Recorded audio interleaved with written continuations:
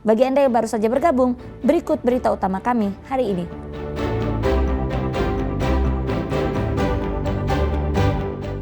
Sebanyak 17 jenazah korban musola ambruk pesantren Al-Khazini berhasil diidentifikasi.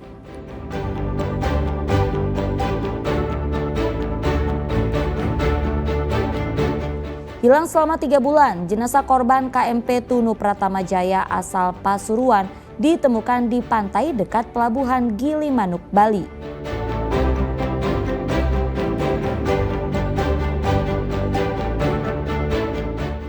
Harga daging ayam meroket di pasaran. Peternak ayam di Jember menuai berkah.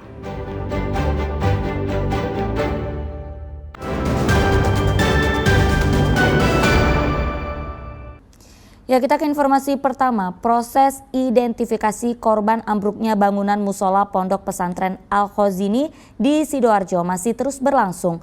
Selasa malam, tim DVI Polda Jawa Timur kembali berhasil mengungkap identitas 17 jenazah dari 18 kantong yang diterima.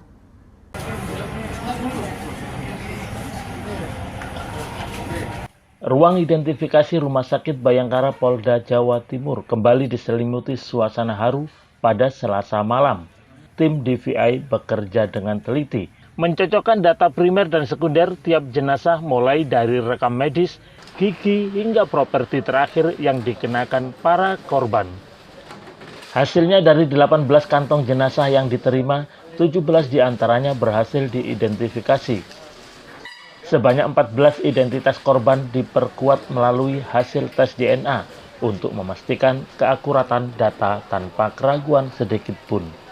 Para korban yang berhasil diidentifikasi berasal dari berbagai daerah, seperti Surabaya 6 orang, Bangkalan 5 orang, Sidoarjo 1 orang, Lamongan 1 orang, Kediri 1 orang, Sampang 1 orang, Gresik 1 orang, dan 1 korban lainnya berasal dari Kuburaya, Kalimantan Barat.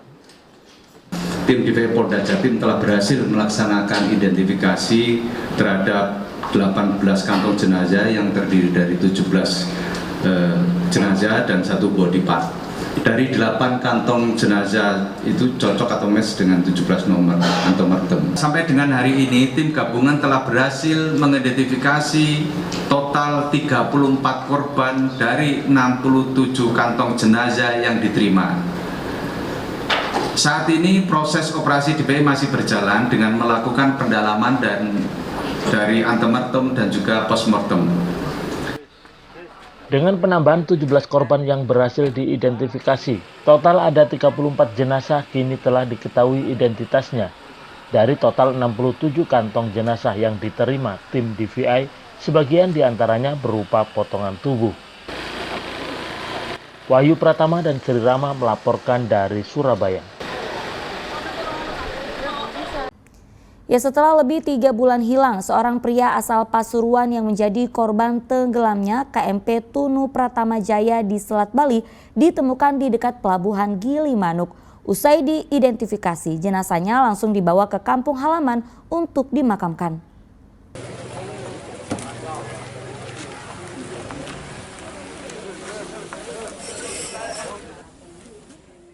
Sejumlah anggota keluarga dan para petakziah menyambut kedatangan jenazah Muhammad Syakur di Kelurahan Krapyak Rejo, Kecamatan Gading Rejo, Kota Pasuruan, Selasa malam. Jenazah Muhammad Syakur dibawa dari Rumah Sakit Umum Daerah Jembrana, Bali, usai menjalani autopsi dan tes DNA. Sesampai di rumahnya, jenazah Syakur tidak dibawa turun. Hanya Usman, adik bungsu korban yang naik ke ambulans dan berdoa di samping peti Muhammad Syakur. Sedangkan keluarga lain, kerabat dan tetangga hanya melihat dan mendoakan dari luar ambulans.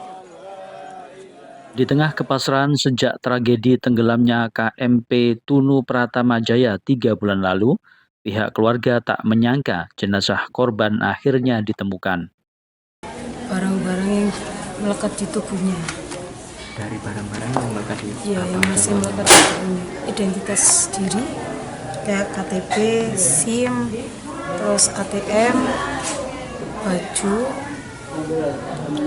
STNK, HP, itu masih nempel masih nempel di tubuhnya. Pas ketemu itu nggak ada firasat ya? Nggak ada firasat apa-apa, keluarga juga sudah ikhlas gitu aja. Ya nggak nyangka juga bakalan ketemu. Jenazah Muhammad Syakur ditemukan nelayan terdampar di bibir pantai dekat pelabuhan Gilimanuk, Jembrana, Bali. Identitasnya diketahui dari sejumlah kartu identitas hingga kartu ATM dalam tas selempang yang masih melekat pada tubuh korban.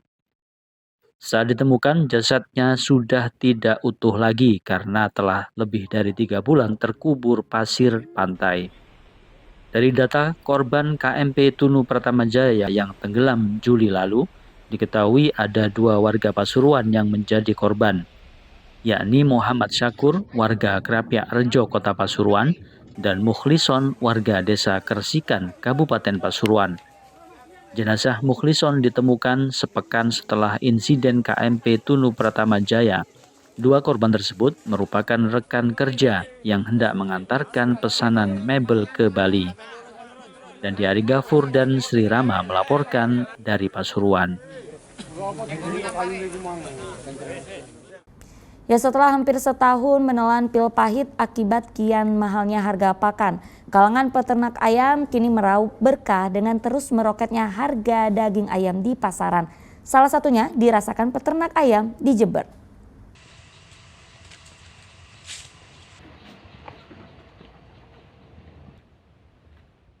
Mahalnya harga daging ayam di pasaran membawa berkah bagi para peternak ayam. Setelah hampir 1 tahun terpuruk akibat terus naiknya harga pakan, kini mereka bisa bernafas lega.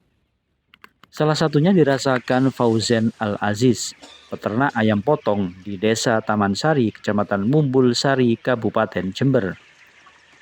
Harga ayam di tingkat peternak kini menembus Rp25.000 per kilogram. Naik dari harga sebelumnya yang hanya di kisaran Rp14 hingga Rp17.000 per kilogram. Sementara harga daging ayam di pasar tradisional di Jember kini masih cukup tinggi, yakni mencapai Rp37.000 per kilogram. Dengan selisih kenaikan harga itu, peternak kini lebih leluasa menjalankan usahanya, termasuk bisa menutup biaya produksi, mulai dari biaya pakan, listrik, hingga untuk mengupah para pekerja. Setahun sebelumnya tidak sedikit peternak merugi, bahkan sampai menutup usahanya, lantaran para peternak tidak sanggup mengikuti naiknya harga pakan yang diperparah dengan ketidakstabilan harga daging ayam di tingkat peternak. Banyak kandang-kandang yang tutup memang Mas, karena kan kendalanya di harga daging yang sudah tambah merosot, dengan pakan juga terus naik Mas. Jadi kan tidak balance di sana Mas. Kalau menurut peternak harga ideal di pasaran ini berapa Mas? Ya kalau bisa menyentuh di harga 20.000 up, 21, 22 kita aman juga Mas. Di sana. Ya, lumayan lah untuk bayar yang kerja juga kayak gitu Mas. Nanti kan kita listriknya juga kan lumayan Mas di sini Mas. Untuk 1 kali main lah, 1 kali periode di sana gitu Mas. Peternak sendiri menduga naiknya harga daging ayam sebagai imbas dari terbatasnya stok setelah sebagian peternak gulung tikar. Tommy Iskandar dan Sri Rama melaporkan dari Jember.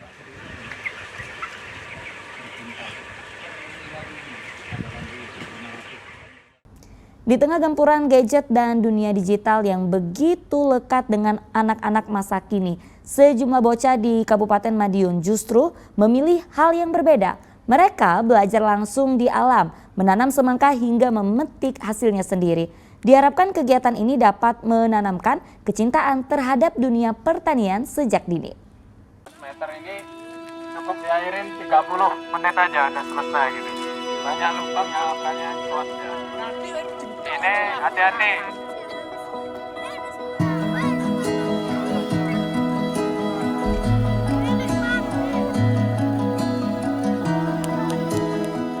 Di bawah terik matahari pagi di Kecamatan Kebonsari, tawariang anak-anak memecah keheningan lahan pertanian milik Setio Budi Utomo di Desa Singgahan, Kabupaten Madiun.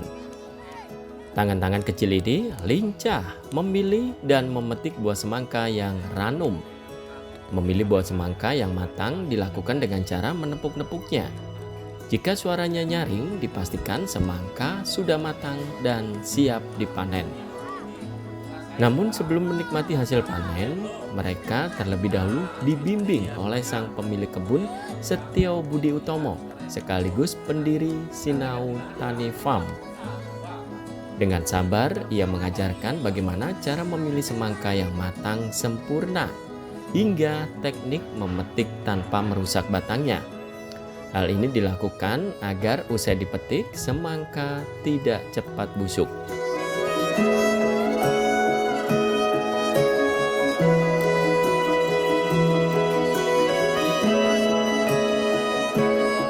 Belajar bertani bukan hanya tentang memanen, tapi juga memahami proses dari awal. Anak-anak ini diajak menanam, merawat, bahkan membuat pupuk organik sendiri. Semua dilakukan dengan ceria, diiringi tawa, rasa ingin tahu, dan semangat belajar yang tinggi. Tadi senang. Dari itu metik. Dari metiknya pilih yang paling besar atau gimana? Yang paling besar dong. Emang rasanya semangka tuh menurut adik gimana di sini? Enak. Enak. Biasanya langsung dimakan atau dibuat jus? Langsung dimakan. Gitu. Bagi para orang tua, kegiatan ini menjadi momen berharga. Mereka melihat anak-anak belajar langsung dari alam, memahami arti kerja keras, sekaligus belajar mencintai profesi petani. Sangat membantu menambah pengetahuan anak-anak. Menurut saya sih, tadi dikasih tahu tentang pembuatan pupuknya, pembuatan tanahnya. Kalau untuk menanam itu ukurannya 1:1 tanah dengan kompasnya. Menyenangkan sekali. Bisa milih-milih sendiri soalnya. Anak-anak juga bisa bebas Bu ya milih sendiri ya. Oke. Ini ada biayanya nggak Bu? Setio berharap kegiatan sederhana ini bisa menjadi inspirasi bagi lembaga pendidikan lainnya, bahwa belajar tak melulu harus di ruang kelas, tetapi bisa juga di ladang, di mana anak-anak dapat langsung praktik. Anak-anak kita ajak main-main dulu, jadi karena memang dunia anak-anak kan main-main. Setelah itu baru kita beri materi tentang dunia pertanian. Salah satunya yang pertama cara memilih semangka yang bagus seperti apa. Yang kedua pengolahan hasil semangka untuk apa, itu kita tadi praktek untuk buat jus. Terus yang ketiga menanam sayuran di dalam polybag. Jadi anak-anak sekarang itu kan kalau kita tanyain cita-citanya ada yang jadi petani itu rata-rata minim sekali mau jadi petani. Nah makanya dari itu gimana anak-anak itu biar nanti tertarik di pertanian, salah satunya makanya kita kenakan teknologi pertanian. Dengan kegiatan seperti ini, mereka tak hanya belajar menanam semangka, tapi juga menanam harapan bahwa masa depan pertanian Indonesia ada di tangan generasi muda yang mencintai bumi dan hasilnya. Dirgo Suyono dan Sri Rama melaporkan dari Madiun.